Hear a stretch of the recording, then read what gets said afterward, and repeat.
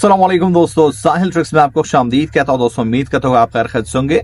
Saudi Arabia की कुछ special update के साथ आप लोग की खिदमत में हाजिर हूं, जहां पे आज की वीडियो में बात करने वाले हैं 29 अप्रैल 2025 से मक्का मुकरमा में स्पेशली गैर मुल्कियों के दाखिले पर पाबंदी जो है वो लगा दी गई है। इस पर गवर्नमेंट की जानिब से ऑफिशियल अनाउंसमेंट आ चुका है। साथ साथ सऊदी अरबिया गवर्नमेंट की जानिब से एक और भी गाइडलाइन जारी की गई है उमरा जायरीन के लिए, रमजान मुबारक के आखिरी अशरे के लिए।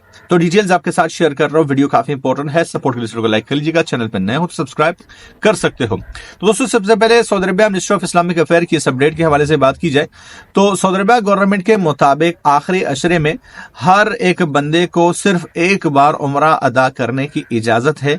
और सऊदी अरबिया गवर्नमेंट ने इस बात पर जोर दिया है कि वो इस जो है वो कानून पर सख्ती से अमल दरामद करे और इसका मकसद ओवर क्राउडिंग को जो है वो बचाना है और क्राउडिंग से निजात हासिल करना है। सऊदी अरबिया गवर्नमेंट के मुताबिक आखिरी अशरे में हर बंदे को सिर्फ एक बार उमरा अदा करने की इजाजत होगी।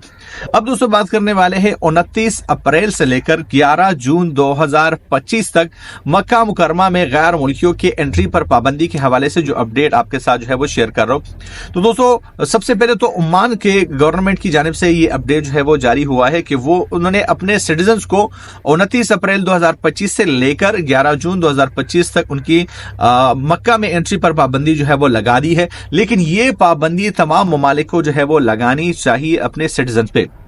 हालांकि सऊदी अरबिया गवर्नमेंट जो है वो मक्का में गैर मुल्कियों की एंट्री पर जो है वो पाबंदी लगाता है और इसका मकसद जो है वो हज के लिए आने वालों को सहूलियात प्रोवाइड करना और गैर कानूनी तरीके से हज अदा करने की रोकथाम के लिए यह पाबंदी जो है वो लगाई जाती है।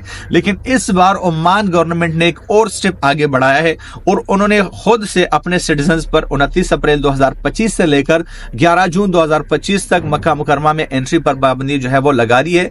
और हम तो यही चाहते हैं कि तमाम ममालिक इसी तरह जो है वो अपने सिटीजन पर पाबंदी लगा दे ताकि जो लोग कानूनी तरीके से हज करने जाते हैं उनके लिए जो है वो फिर मसाइल ना हो और उनके लिए सहूलियात ज्यादा से ज्यादा हो। इसका सीधा सीधा मकसद जो है वो गैर कानूनी हज की रोकथाम और जो है वो हुजूम से बचना और जो कानूनी तरीके से आने वाले हज के लिए जो लोग हैं उनको सहूलियात प्रोवाइड करना है। तो दोस्तों आप इस हवाले से क्या सोचते हैं, क्या बाकी ममालिक को भी इस तरह पाबंदी लगानी चाहिए या नहीं? नीचे कमेंट बॉक्स खुला है, जाके आप वहां पे कमेंट कर सकते हैं। तो मैं मिलता हूं आपसे एक नए वीडियो के साथ, तब तक ले दीजिए इजाजत। अल्लाह हाफिज।